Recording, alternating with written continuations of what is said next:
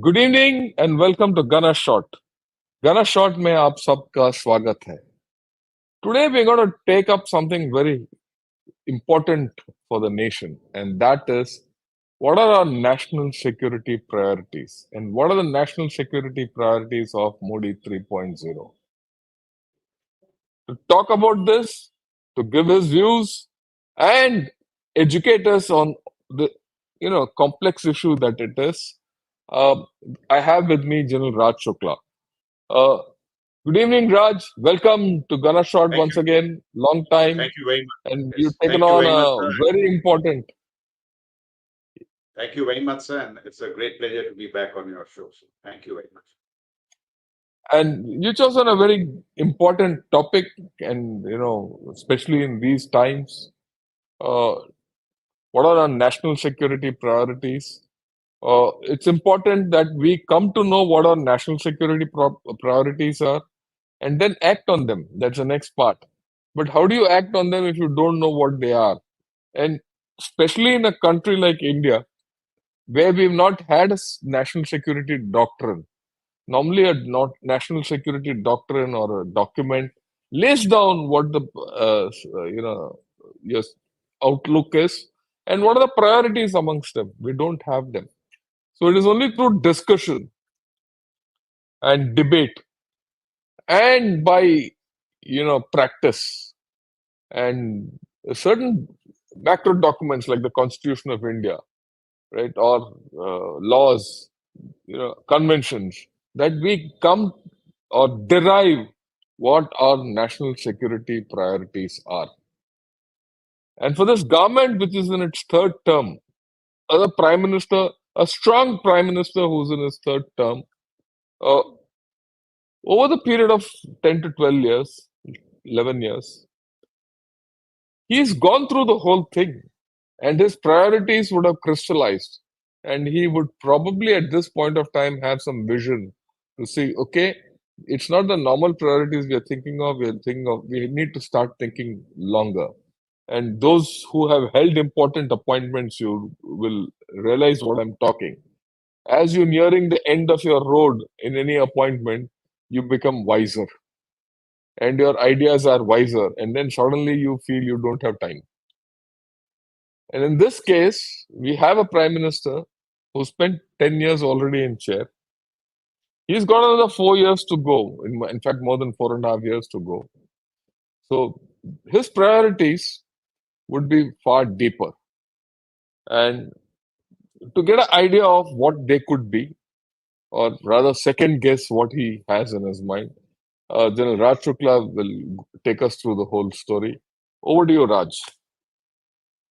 So I tell you how this idea struck me, sir. So when Modi 3.0 came to power, I saw a spate of articles in all dailies about what we should do with regard to the economy, social sector, and so many other areas. And I said, what about national security? So I wrote a piece and I offered it to the Indian Express. I was promptly told that, sir, it will be published in 2 to 3 days.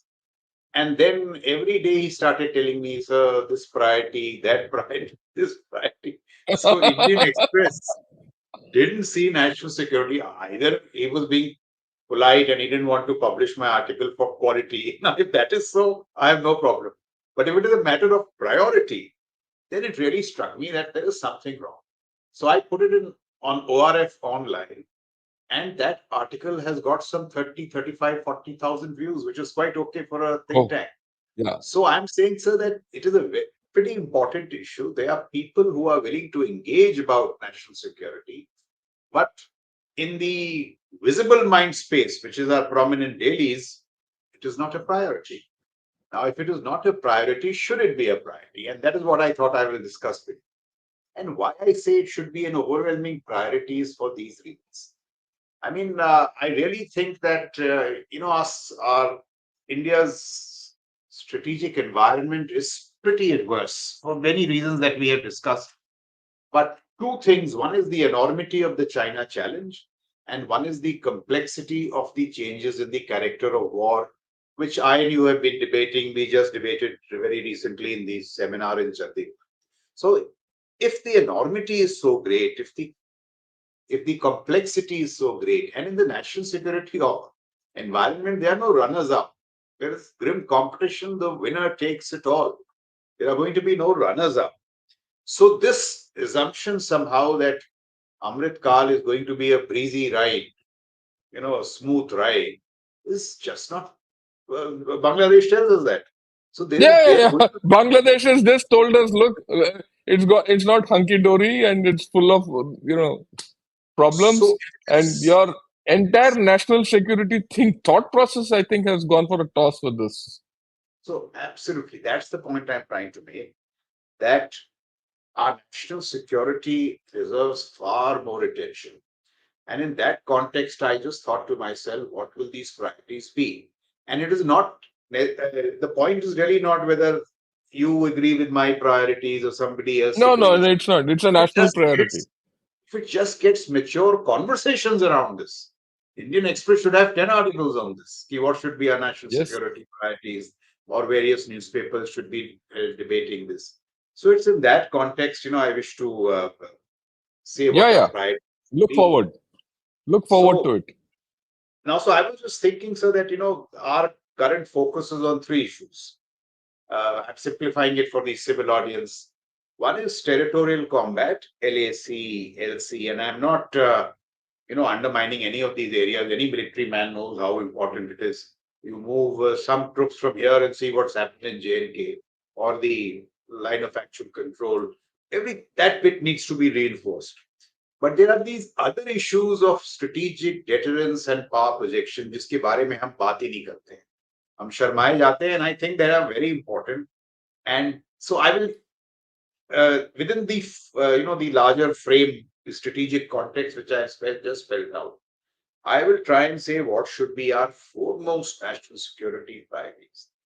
And the first amongst that, from a very commonsensical perspective, we need a massive upgradation in our AD framework, AD network.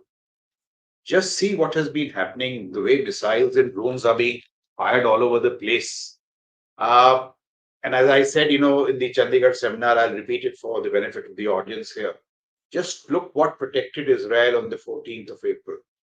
It was Iron Dome, Arrow 2, Arrow 3, US Aegis destroyers, global sensors which are deployed through the US Missile Defense Agency, integration of the radar and AD systems network by the CENTCOM over years. This integration takes years. It is just not putting radars and guns.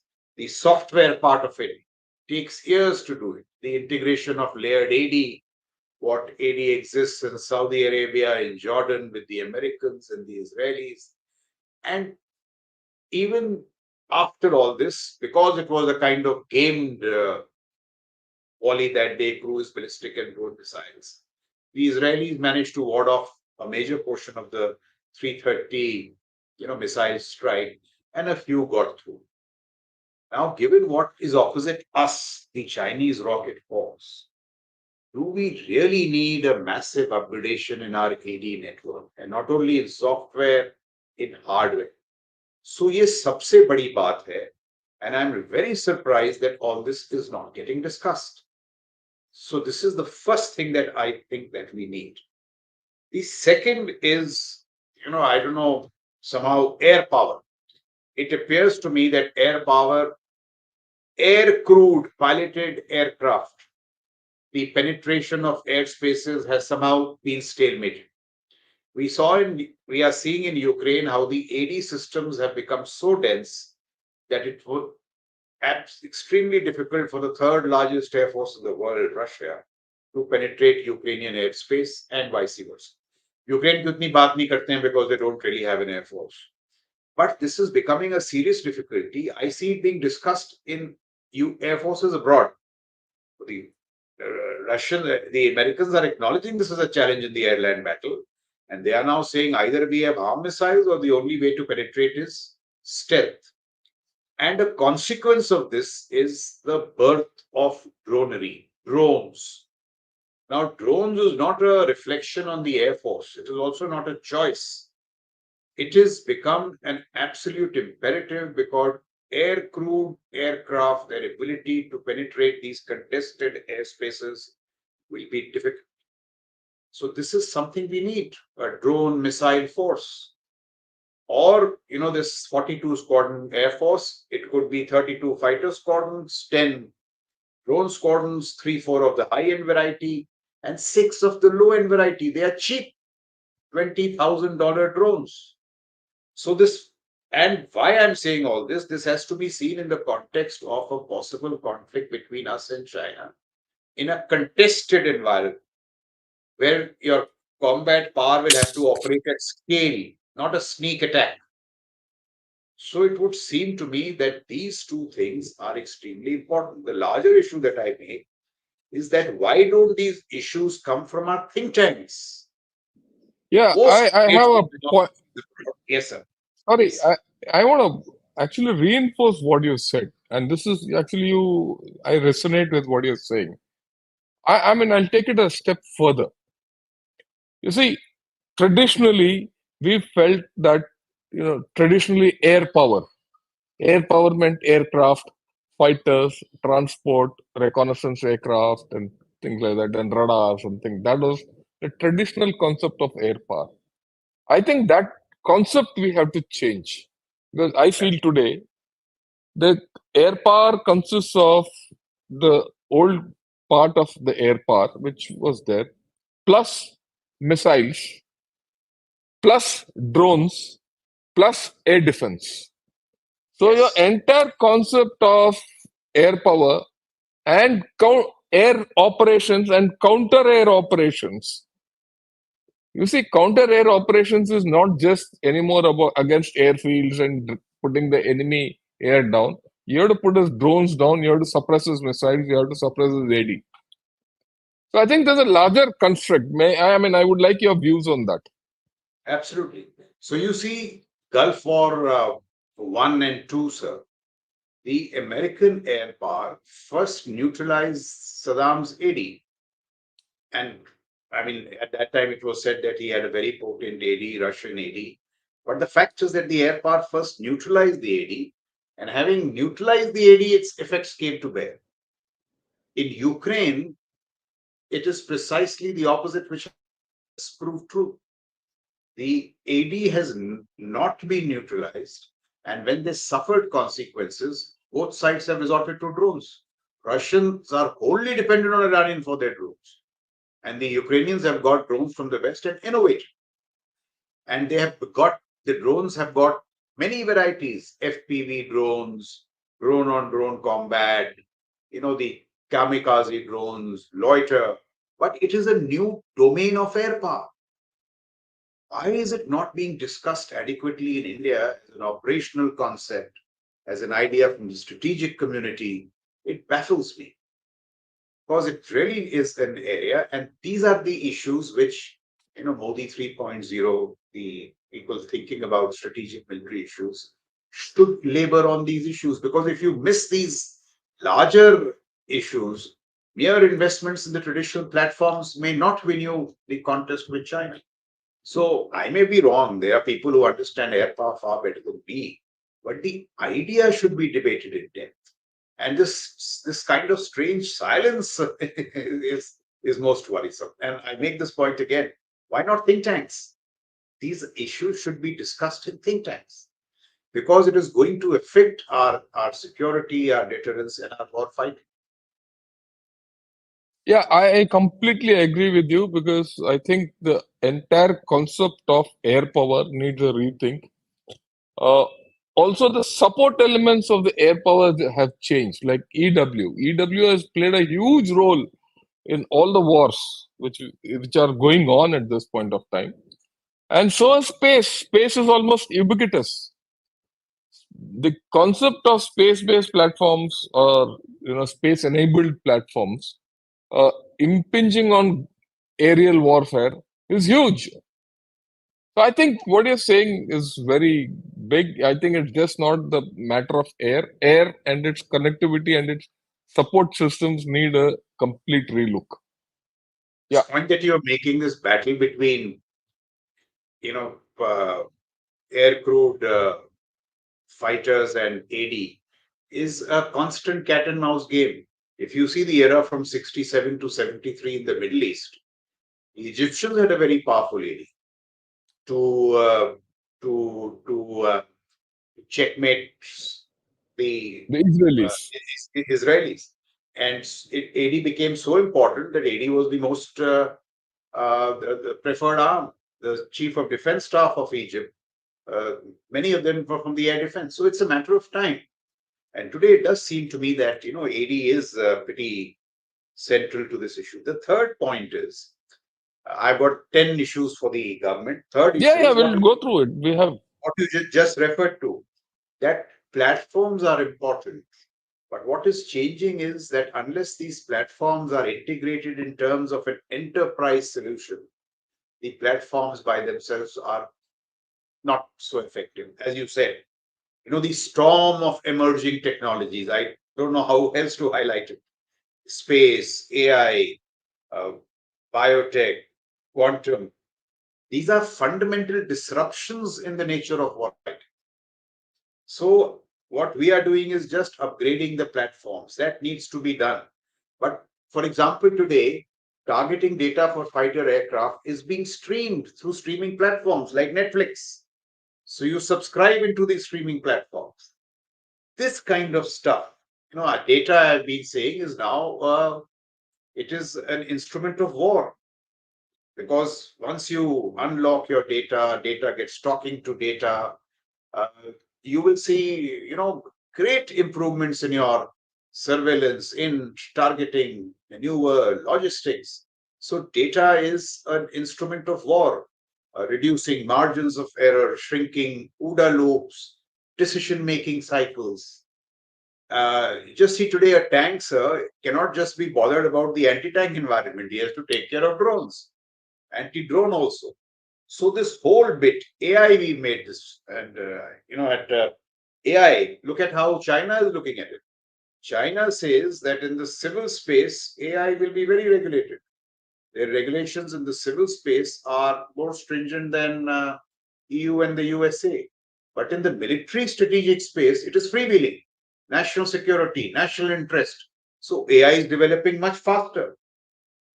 Similarly, quantum, in terms of securing your communications, in terms of breaking codes. Look what the electronic fight is doing in Ukraine, disabling HIMARS, disabling precision systems. These kind of issues, which are about, this enterprise solutions, not so much platform, also need far greater attention and disruptions. If you see our TPP or whatever the acquisitions which are brought out in the media, they are all about tanks, aircraft. We have never heard an acquisition about AI, never heard an acquisition of what we are doing with our data, because it is not in our mindset. Yeah, And therefore, I completely agree with you. What we lack, if you remember, we spoke about this in the seminar also. The Recce strike information integration, yes, right? If you don't put all these together, you don't have a solution, and that's the enterprise. You do Recce. You don't do Recce with just your eyeballs. You do it with space. You do it with electronic warfare. You do with any number. You do it with drones. You do it also with the special forces teams. I'm just giving you four types of Recce, right? That has to come in. Your strike platforms are huge, like we rightly discussed. Different kinds of air power you have. You also have ground-based long-range artillery, which is kicked in, firepower as a whole, and then the information streams from whether it's AI, whether it's quantum, whether it is network or whatever, whichever way it is. So unless you integrate these, you're going nowhere. And this has to be a priority. And I think that's a very important point you said. No one goes in for acquisition of these systems.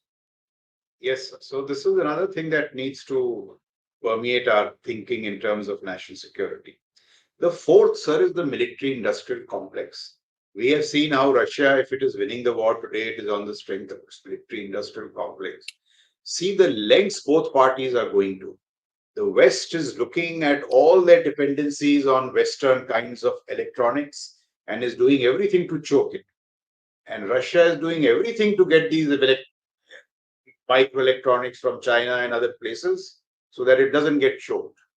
And other issues about, stepping up ammunition inventory, so on and so forth.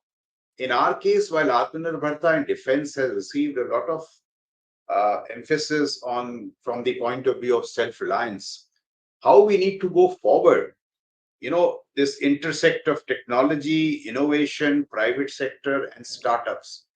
There is an understanding of it, but it needs to be debated far more. And I'll just give you an example.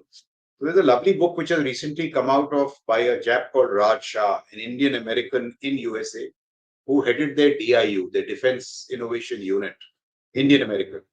And that is about the new partnership between Pentagon and Silicon Valley to drive future wars. I'm saying, where is our Silicon Valley for defense? Is it IIT Madras? Is it around some place in Bangalore? Because Bangalore is all commercial IT. We need a defense hub which feeds your military with this kind of stuff. The closest I can think of is IIT Madras, which has done some good stuff in 5G, 5G. So should we build Yeah, an enterprise around IIT Madras? I have no doubt about it that we need a place. And I also have no doubt about it that at this point of time, that's your hub. There's no doubt. In fact, I'll add, if you read Eric Schmidt's, writings, he writes regularly in Foreign Affairs, right? And I thought, I mean, he's the ex-CEO of Google. The way he connects today's technologies, Silicon Valley, and how things are, transferred onto Ukraine, or for that matter, wherever, is fantastic. For example, I'll give you a thing which happened. Remember last year there was this balloon which flew across, USA Yes. with the help of the Chinese balloon, with the help of AI and a certain amount of database which is there internationally, and it was done by a startup. Within a matter of 3 hours, they knew exactly where this thing took off from Hainan and what was the path it took and what it carried. Absolutely. And this was not a military. This was not a military effort. This was completely a, a, a, a startup effort. How do you integrate this? Is the big challenge. I mean, in a developed society like USA, you could, but how do you do it? That's the challenge with us. I mean, I want your views on this. Absolutely. And I will just reinforce this point. Therefore, it is not only self-reliance in this sense that you pick up parts from outside and integrate them. Because from this example you're giving you, when the Americans were talking of de-risking and decoupling, Pentagon told them that if you open up the F-22, which brought down that balloon, half of the components are microelectronics is Chinese. So what are you going to de-risk? So this is the depth of the challenge. Also, I Challenge. just Yeah. quote this Raj Shah again. He gives a very good example. He was a pilot in the US Air Force. So 2006, he's flying an F-16 Viper over Iran, Iraq, in that general region. And, at 2 Mach, the world's most maneuverable aircraft, this, that. And he and all the other pilots would report that while a lot else was good, the navigation system was so suboptimal that you never knew whether had crossed into Iran, 20, Or 30 not. kilometers navigation. So they didn't have any solution. So he went back and he picks up his compact iPad, or it was a handheld device for checking emails, something as simple as that, and fed it with civil navigating software and digital maps. And for the rest of his tenure, used that to make sure that he was on the right side of the boundary and he had not violated it. Now, he makes this point in this book that a $30 million jet, the navigation system was done by a $300 handheld device. And the reason is because the device was coming from Silicon Valley and the jet was being manufactured by Boeing and Lockheed. So Silicon Valley's innovation was so many years ahead of this. And that was the idea behind DIU, linking it with Silicon Valley, because the technologies were coming from there. They were no longer coming. He gives another, or somebody else gave this example of the American military, that there was a time 4 5 years back when you switched on a computer given to you by the normal issue type computers, what we call from the military. From the time you switched it on and the time you could send your first email, it used to take 30 minutes. They may Yeah, be secure, but they were so far behind time. And therefore, this whole business now, the other example is, of course, of Elon Musk, where Ukraine, without a navy, grew drones just because of the targeting efficacy of Starlinks, has pushed the Russian Black Sea Fleet out of Sevastopol. So this is what Silicon Valley technologies are doing. So in our context, and therefore I keep saying this, that the next generation has to of defense technologies in India has to come from startups and vibrant private sectors, fed by technologies from IITs like IIT Madras. Some of it is happening, but it is not happening in the manner that it should. And yeah. therefore, It's not organized. I think the government needs to do a lot more to focus. And more than the government, let me put it this way: I don't expect the government to do everything. I think the armed forces themselves have to start doing it armed on their forces, own. yes. Yeah, And all I'm this cannot. completely with you. So DRDO, some kind of reform is happening. I hope it happens. Another area of reform, and they should do it themselves, is the financial audit guys. Their structures don't support, their thought process doesn't support innovation. See, it is not कि ये technology लाना है, अब सबने ले ली है ये technology, अब हम देखेंगे कैसे डीपीपी अमेंड होगी. They should see prospectively that this is how innovation is happening, this is how technologies are happening.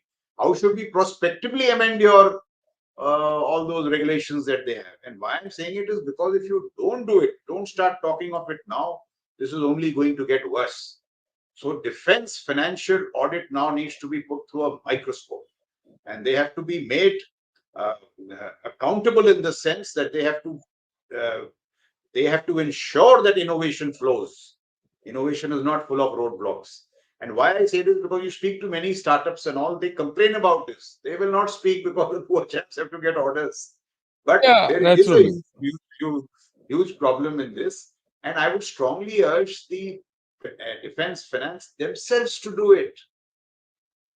Why not? There is no reform better than if you do it yourself. Why should somebody force you to do it? To please understand and do it, because it needs to be done in the interest of national security. And these are big issues which have to be debated. These conversations have to mature if we have, seriously to modernize our armed forces. The Yeah, next issue, sir, I'll state the next issue and then we will. I mean, you can ask some questions. Is this nuclear paradigm? Once again, you have spoken about it. Many others are speaking about it. The Chinese are going through a nuclear breakout in many areas, accuracies, tonnage, a strategic system focused on the US mainland, a theater system with some tactical nuclear weapon capabilities in theater, which is WTC and Taiwan, launch on warning. You mentioned space.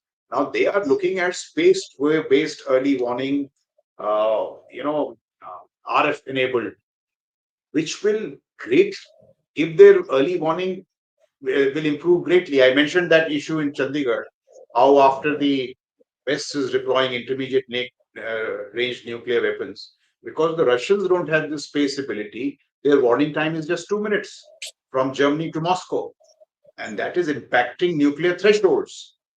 So the whole issue, China is about to get 1,000 warheads. We are content with 150. The last time we seriously examined our nuclear doctrine and everything around it was in the 2000, 2005, 6 phase. The nuclear world has changed dramatically. Uh, Nuclear deterrence is part of statecraft. And it is not that you feel you deter your adversary. The adversary should feel deterred. So this is another area where I think we really need some very serious thought and investigation if we have to strengthen our case. Yeah, I think so. Because let me elucidate on what you said about the nuclear dimension. You see, if you look back, we've all learned that there's a nuclear triangle. We are sitting in a neutral Pakistan, China, and India are a nuclear triangle. But I think that's changed. It's changed because Iran today is all a nuclear power, whether you like it or not. So is Israel.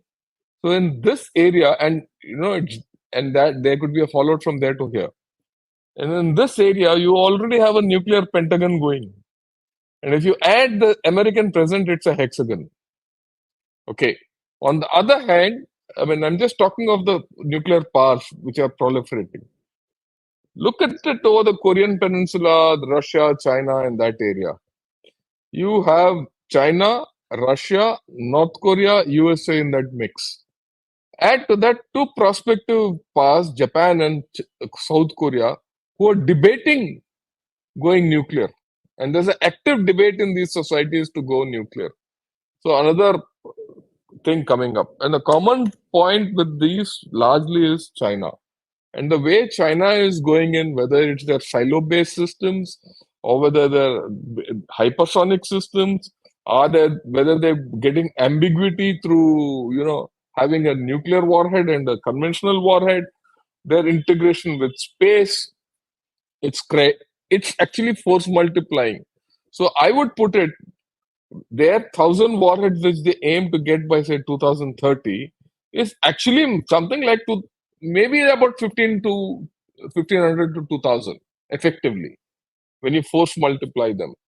And unless, I think this is my personal view, or 150 odd warheads which we have, unless we rethink not only our doctrine, unless we modernize our structure and rethink the whole thing, you will not be. I think 150 should be equal to 4 to 500, and that can only be done on if we modernize our nuclear structure, and it's just not the warheads.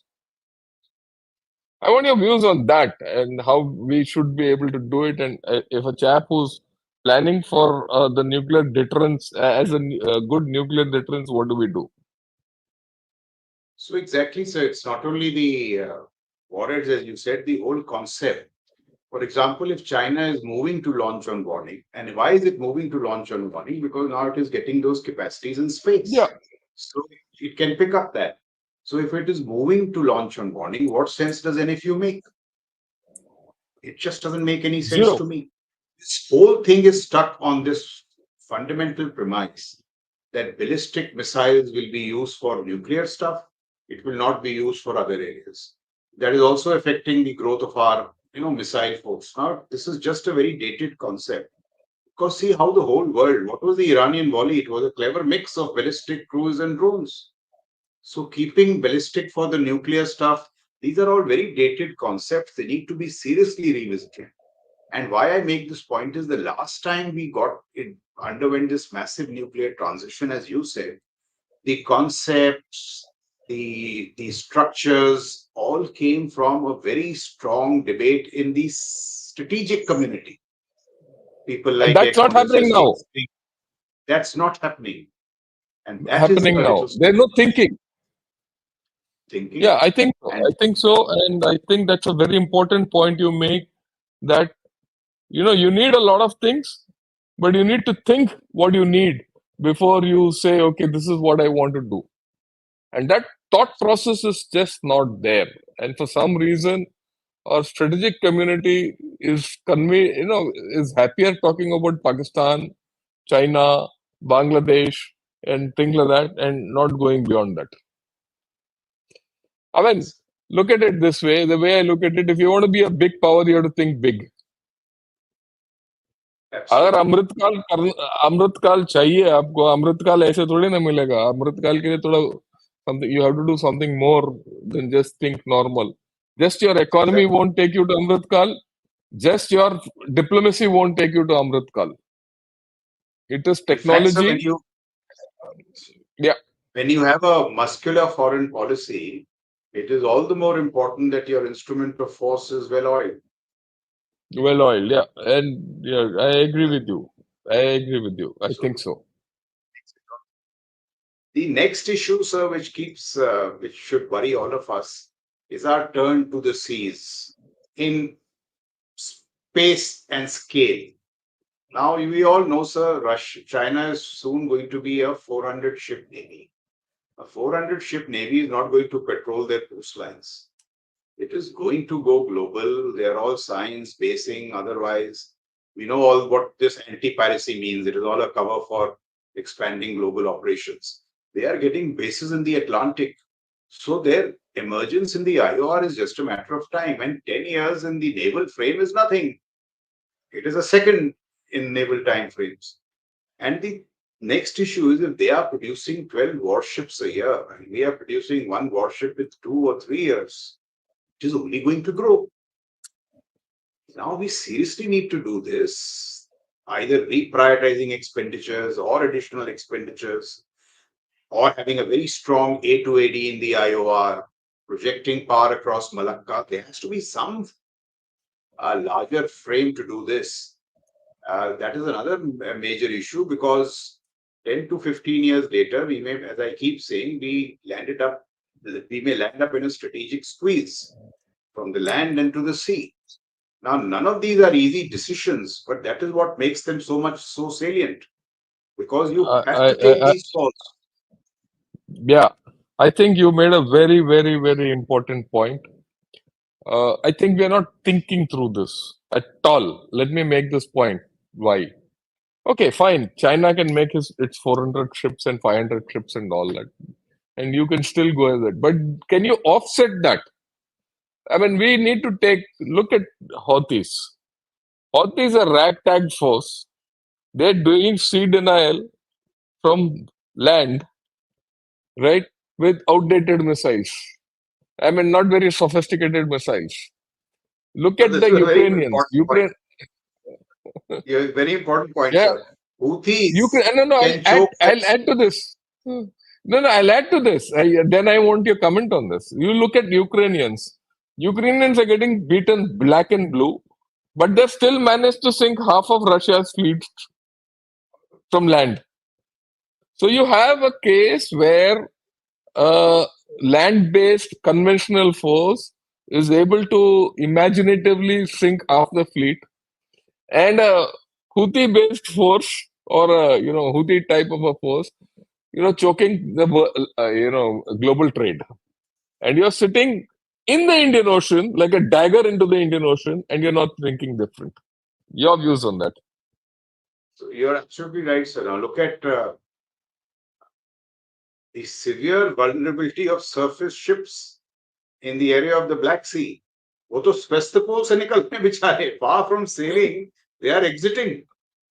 And therefore, Exiting. the serious issue is that we need to invest very seriously in subsurface prowess, undersea. That is where the whole naval game is growing. The other issue, sir, you say is very right. If Houthis can choke the Red Sea, whenever you speak to your Indian Navy counterparts and you tell them, why can't you project power across the Malacca? Dominated there, of course, there are two narrow seaways. They will say, नहीं ऐसे नहीं होता है international relation. अरे मतलब international relation में ऐसे नहीं Yeah. होता है. वो कैसे कर देता है जाके होती कैसे कर देता है. Mm. So this is the whole point. We need to give very serious, and they cannot be just Yeah. left to the services alone. These readiness and our statecraft and our strategy now needs a very strong whole of the government approach because Yeah. the world is changing so fast.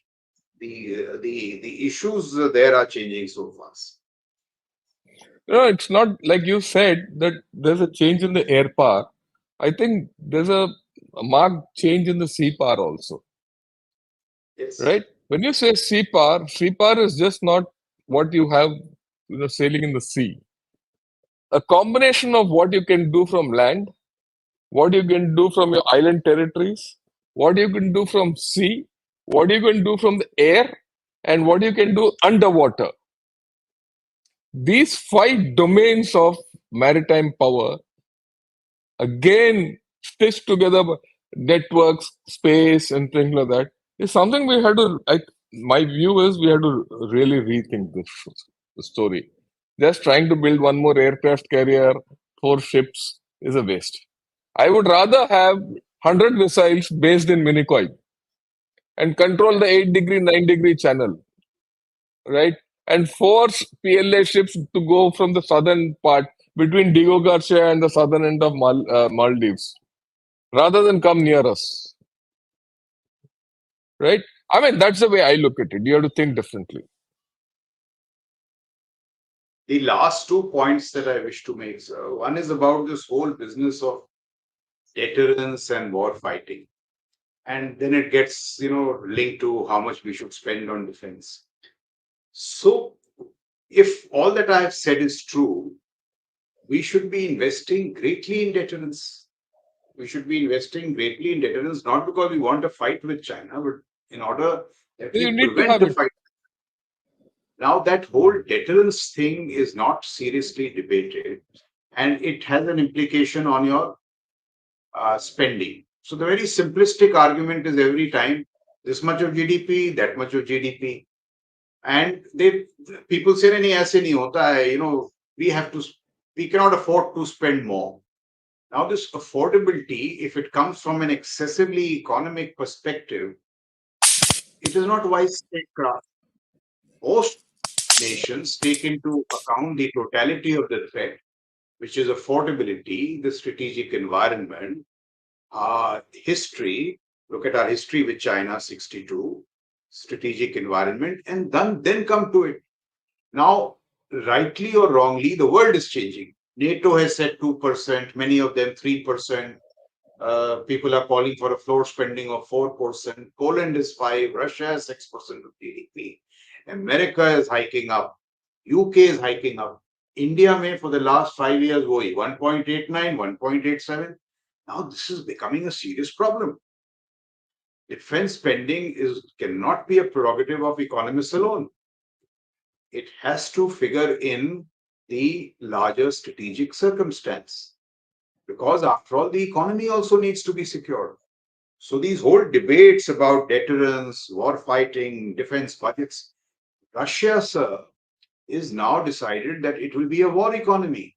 40% of its economy is defense oriented, which means that even in a defense orientation, you can grow. Now, I'm not suggesting that we need to become a war economy, but the point is that if war is inevitable, if war is a danger, people change their economies, they tailor their economies to that. This is what Russia is doing. In our case, for 30 years, I have just heard one argument, ki paisa, affordability. And now the people who are happy with this or have no great problem with this less spending say, यार क्या अगर मिलेगा भी तो हम इतना ही खर्च कर सकते हैं. Now, is that a pat on your back or is this No, मतलब I think it's an admission of stupidity. Look, stupidity? if we So, say that we can't spend, then it's an admission of your idiocy. As simple as that. and Yeah, so this is it. The last point I will not even make. I mean, if we want to be a defense powerhouse, then we have to see all these issues. If China has got 7 out of 20 defense majors in the world, or out of 27 are Chinese, then we really need to do much more on all this. And there are other related issues about civil military fusion and all. But the basic point I want to make, these 8, 9, 10 issues that I have raised, they are pretty important for this government because it may affect the future of our strategic trajectory, our security, with very grim consequences. And the time to think about it is now and do something extraordinary, because the challenges are extraordinary. It just cannot be defense business as usual. And I do hope yeah. that this discussion that we had will at least stir some mature, deep seated conversations. This is the Thinkers. other point I wish to make. This mature, deep seated conversations are not happening. बस 2% GDP ठीक है sir. Just these assumptions. Or how can we project power across Malacca? Houthis have done it. Not recognizing the changes in air power. These will be fundamental errors with very grave consequences. So I think our whole thinking in these areas needs to change, and Modi 3.0, people who matter in the government may like to take note of these issues. Yeah, I think you made some telling points. Uh, what you actually outlined, let me get the broader picture in first, is that the way we're going to fight is changing, right? Our threat environment has, in any case, changed completely. Completely. I mean, it was not there. Even 1 year back, what the threat environment is today was not there. So your threat has changed. Okay. The way we're going to fight has changed. Our concepts of air power, maritime power, land power has also changed, right? And if that be so, and you want to be a power, Viksit Bharat, Amrit Kal in the next 30, 40 years, right? So you need to have a plan to be there. And that plan can't hinge just on the economic growth or your diplomatic growth. If you don't have the muscle to grow with it, you will not grow there. As simple as that. Simple. Right. So if that be so, don't you think we need a, a doctrine made in by some people, set of people who think for India? After all, you're not talking of a normal national security doctrine. You need to have a blueprint as to, look, how do you put all these new thoughts together, because it's a massive transformation you're talking of. Do you think we have it in us to think this way? I mean, like you said that you hope someone is listening, I also hope someone is going to see this, and these are the questions you have to answer. And I completely agree with you, that look, you can't keep saying I can't touch even 2% of my defense budget when China keeps increasing its defense budget by 7 to 8% every year, and Pakistan does it by 14%. Your views? So, I mean, that's exactly the point I'm making. See, what is happening in our case? If you say that Ukraine is raising a drone force, now people should sit up and say why. They are raising it in the middle of a war. They are faced with even grimmer questions of affordability, so on and so forth. They are raising it because they have acknowledged that there is a fundamental change in the nature of air power. In our case, it will be a headline for 2 days and then disappear. Similarly, defense spending, similarly, power projection, similarly, AD. What is happening? That some of these assumptions that we have made, they have become shibboleths, fixities. Defence expenditure 2% होगा, air power में कोई बदलाव नहीं होगा, इसकी हमको इतनी जरूरत नहीं है, AI is good but we don't need it at the moment. Now these fundamental assumptions will become your problem. If these fundamental assumptions are not revisited and recorrected, so when you make this doctrine, it should not be that old platform-oriented 2% GDP doctrine. That doctrine is of no use. It must take into account these fundamental changes, and these fundamental changes must be debated. They must be debated widely, and then make a doctrine, and then get it, see how your operational readiness is stuck against it. I will just make one point, sir. See, I'm not demeaning a doctrine, but say what I have written, I give it to you. You go over it over 3 to 4 weeks. It is given to 7, 8 more people. In four It months, we can becomes come up with a doctrine. doctrine. There's nothing to Yeah, be made yeah. about. Uh, The issue is what? Now, this is it. More than a doctrine, I'm a big fan of what I call China's 100-year marathon, which was ingrained into every soldier, every colonel, every general, every Politburo member, every bureaucrat, every politician, कि 100 साल में USA को हराना है. अगर 100 साल में हराना है तो नेवी को ठीक करना है. See how they got their first aircraft carrier, so you'll be aware of that story, where they picked up a discarded aircraft Scrap, carrier. Varga. Yes, and today they are on their way to the. So it is a 100-year marathon. When Deng said "bide your time," the actual Chinese translation is "wait your time till you get powerful enough to take revenge and overthrow the hegemon." When you say Chinese dream, it's not a benign dream. Chinese dream, as the Chinese see it in the terms of strategy, is to become the undisputed unipolar power of the world. Now, it is this understanding in the people. Now, I'm not saying that we have such a hostile mindset, we are not like them. But more than this doctrine, this has to become this 100-year marathon, go into the bloods of all of us, because China is as big a challenge to us as the USA was to the Chinese. Chinese, yes. So it needs to get into our bloodstream, into the way we think, in everything we do. If we actually understand this, DRDO will not say that we will not reform. DRDO will say we will reform. Financial audit will reform. We will get our theater commands faster. It is because we don't understand Look, it. Everything is tough. Everything is tough. Tumhara ek vacancy, mera ek vacancy, nothing is beyond that. And this is look, becoming a problem. I mean, on a lighter note, if DRDO understands all this, they'll throw in the glove.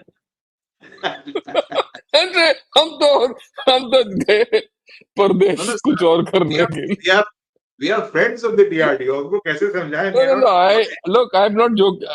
I'm joking on a lighter side. But what you're saying, the larger thing is, you need to diversify research. You need to diversify technology. You need to diversify thinking.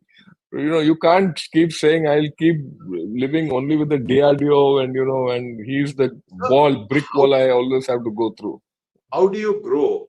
When I knew a young and you, whatever kind of cricket we used to play, you practiced in the nets with the Right? finest bowler, with the chap who Mm. was fastest, who used to bowl the best spin. You didn't practice with an Anadi. You practice with a. If there is no competition, how the hell will you grow? So it Only is common bro. sense So things, that yeah. things like You need to have competition.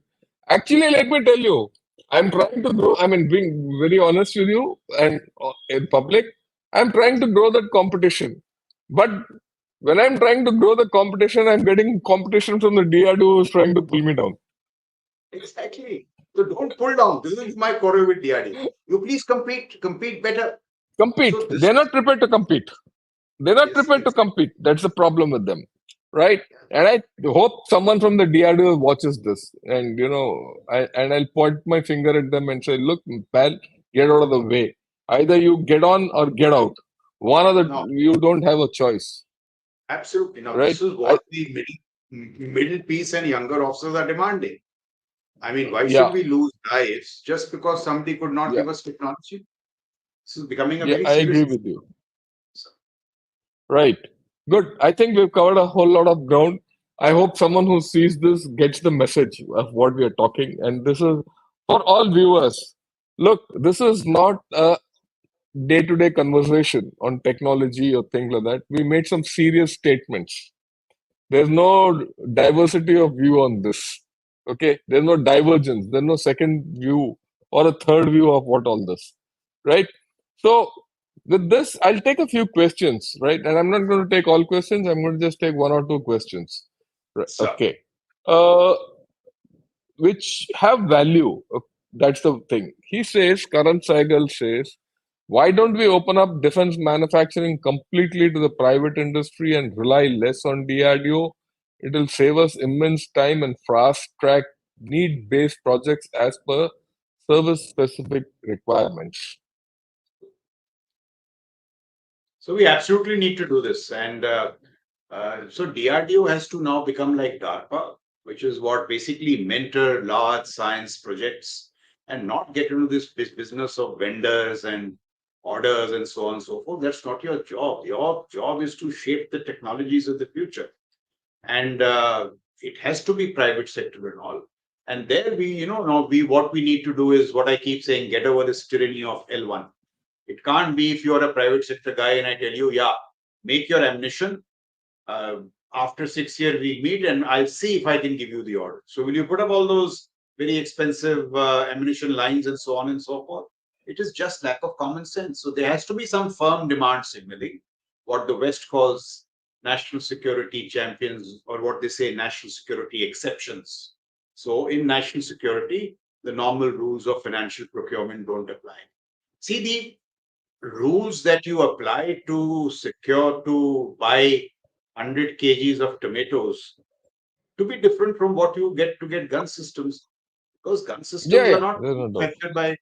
Is all common sense, but sometimes this lack of common sense we elevate it to such high levels And these DPP and all have become such sacred documents like Bibles, and they really need to change. So you need not only private sector, you need startups which will challenge private sector, because private sector also turns out to be bureaucratic.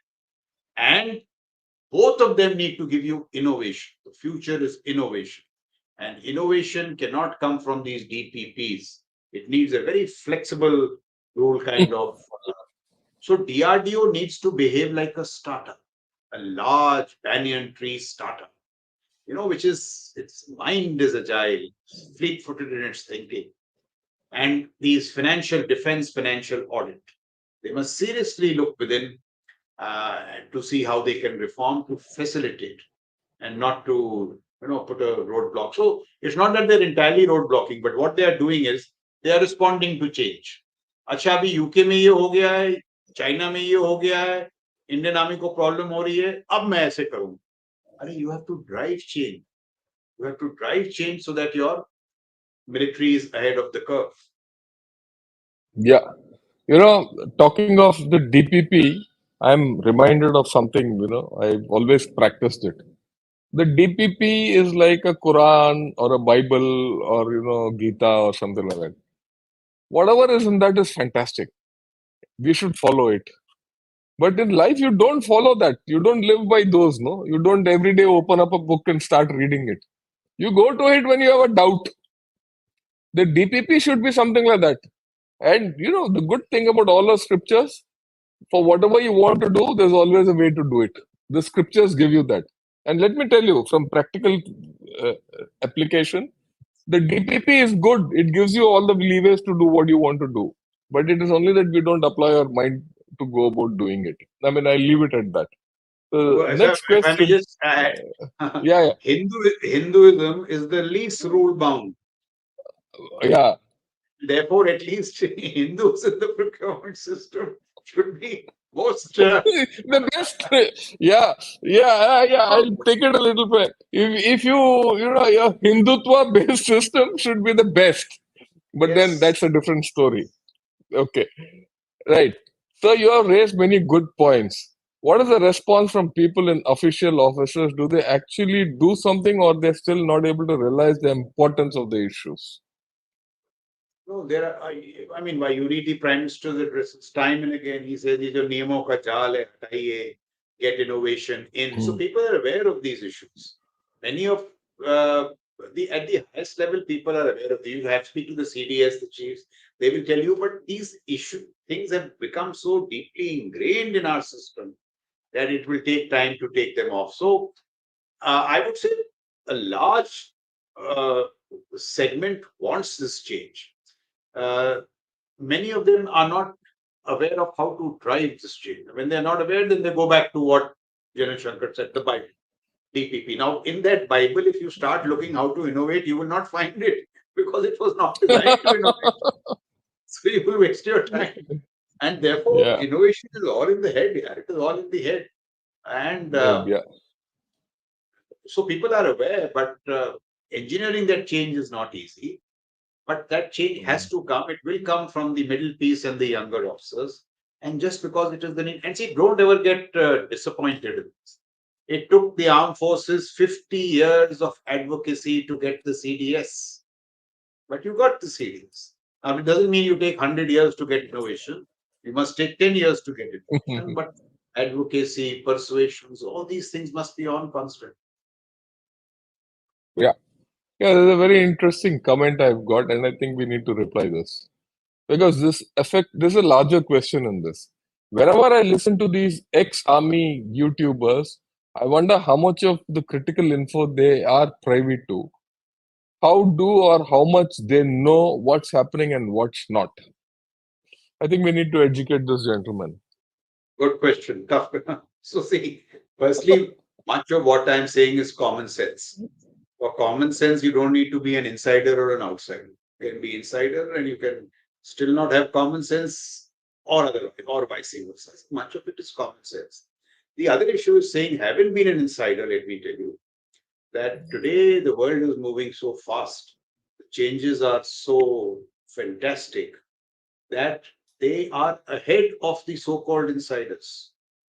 And therefore, the insider needs to adapt. The insider should not suffer this from this hubris that he knows and the outsiders don't. A good outsider who keeps pace with what is happening will be in a far better position to execute change than the uninformed insider.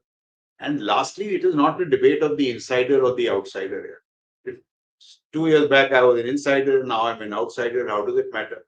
If the insider and the outsider can get together to put China in place, that is what is material. So that is my whole response to Yeah. this. See, you also have to understand a chap who is in service has got lot of things with him. He knows he is the guy who's responsible. He is the authority. He is the guy on ground. He is the everything.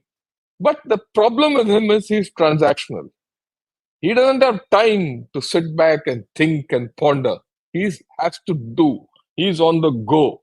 He's on a skater board every moment of the time he's in service. Right? It's people like us who gone through that phase.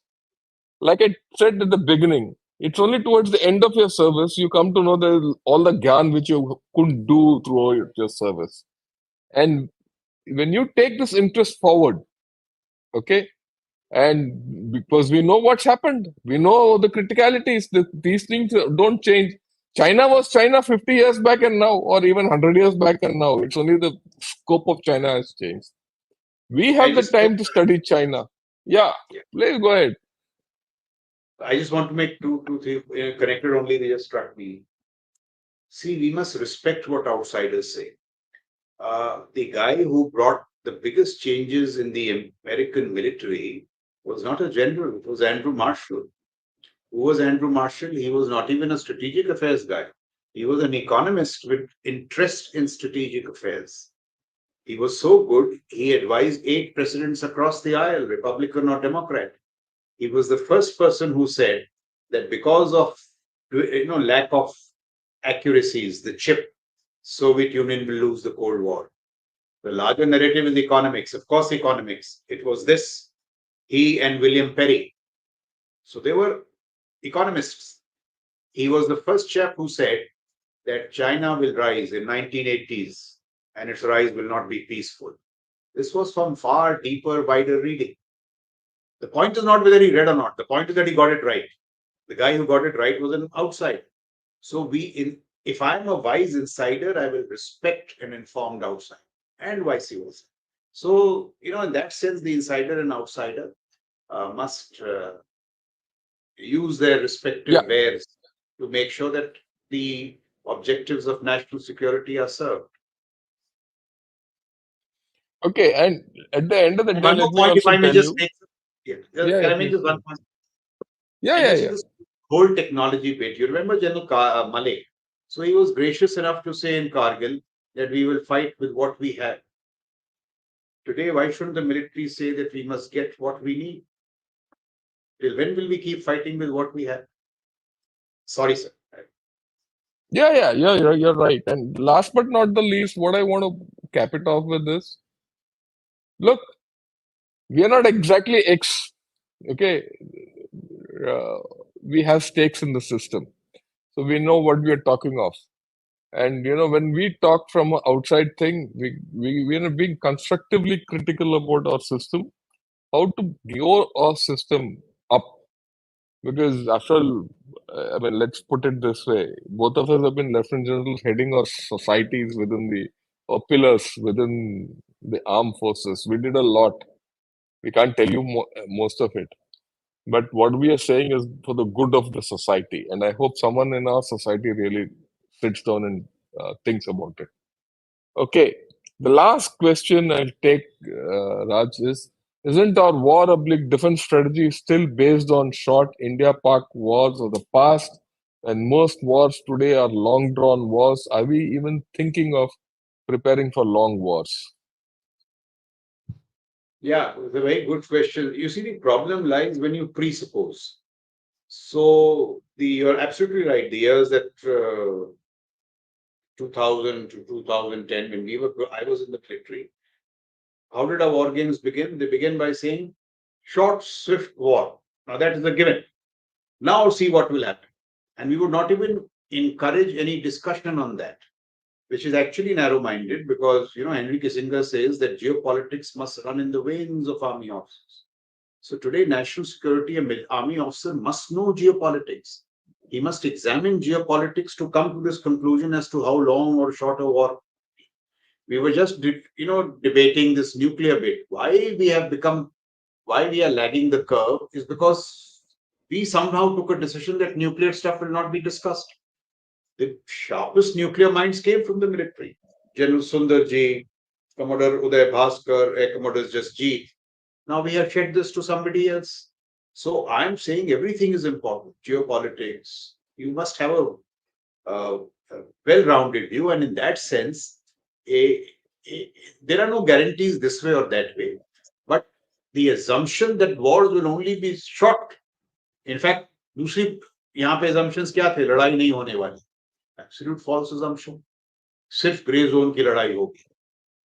Absolutely not based on logic. Short, swift wars, I have told you. Now, there is every possibility the war can be long. That is the lesson from Ukraine. And we have seen how the American military, because it went wrong on all these assumptions, it doesn't have 7 days of missiles, munitions to fight in Taiwan. In Advika, 2 brigades, one had 15 artillery rounds left, one had 42 mortar rounds left. Come 2028, when we are faced in a situation with China, we should not be similarly impoverished. So we have to take care of our inventories, our stockpiles, and look at them in terms of what length the prospective war could be. And there is every possibility that that war may not be short. It could be long. It could be over 2 seasons. So we must have. And now it has become so complicated, it's just not ammunition. Today, most of your precisionry comes from chips. From drone to hypersonic missile, everything has chips. So what is your stockpile of chips? You have to look at that, or you'll be forced to do what the Russians did in Ukraine, taking out chips from refrigerators and ovens and then lying prostrate before the Chinese. If the Chinese hadn't given microelectronics, Russia would be in a very dire strait. So yes, your question is absolutely right, and we have to think through all these issues. Yeah, I think we've had a terrific discussion, a lot of questions, a lot of views, right? I'll not go into them. All I can say is I'll thank you for giving your views so frankly. And I also hope all of you who are listening or seeing this podcast, please pass it on to your friends, those who are serving or those who matter, so that it's not only a matter of people who are in service have to listen to this. People who are otherwise part of the larger environment must see it and send it to them, right? And I also hope that those people who are in service or who are in positions of authority who see this podcast share it with others so that this is debated and so that we have a better system to face up to the challenges tomorrow. Raj, thanks a lot. Your views final, and then we'll say Jai Hind. So nothing else, sir. I think we had a very good discussion, and my whole aim was to highlight how significant these challenges are, and a lot of good is happening. My whole narrative is a lot of good is happening. Let's step up the speed and scale because these are the challenges facing us. And Amrit Kal is a wonderful time, but we really need to secure it. Yeah. Thanks a lot. Have a great evening, good evening, and Jai Hind to everyone. So, good night, sir. Thank you very much. Good night. Good night. Thanks.